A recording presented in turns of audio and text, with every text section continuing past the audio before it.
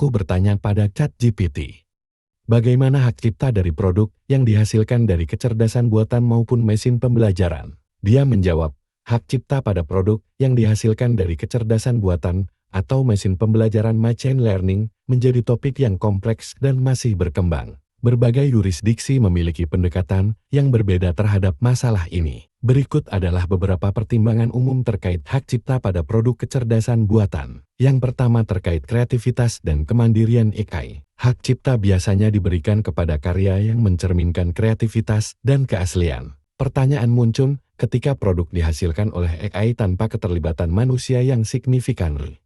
Beberapa yurisdiksi belum sepenuhnya mengakui kemandirian AI sebagai subjek hak cipta. Yang kedua, peran manusia dalam proses kreatif. Jika ada keterlibatan manusia yang signifikan dalam desain, pelatihan, atau penyesuaian model AI, hak cipta mungkin dapat diterapkan pada tingkat yang lebih besar kepada manusia yang terlibat daripada pada AI itu sendiri. Yang ketiga, ketentuan hukum negara. Setiap negara memiliki hukum yang berbeda terkait dengan hak cipta.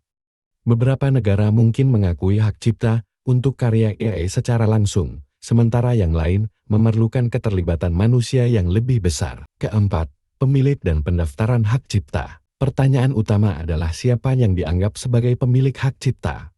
Dalam beberapa kasus, pemiliknya mungkin adalah pembuat AI atau perusahaan yang mengembangkan AI.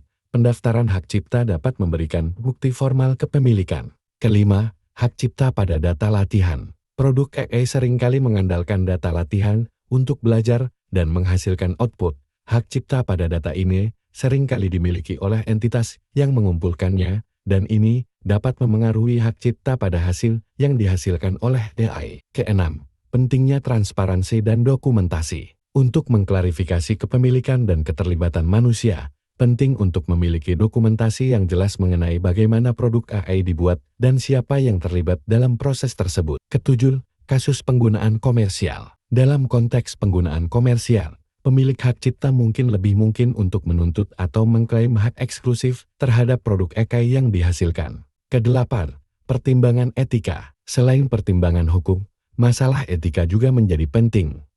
Beberapa percaya bahwa kecerdasan buatan dan karya-karya yang dihasilkannya harus memberikan manfaat kepada masyarakat dan diakui dengan cara yang adil.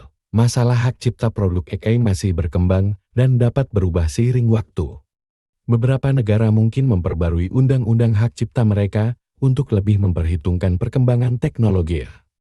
Oleh karena itu, penting untuk memantau perkembangan hukum terkait hak cipta dan AI di yurisdiksi. Ikuti terus perjalanan kami, atau Anda kehilangan kesempatan bertumbuh setiap hari. Jangan lupa subscribe, like, dan komen.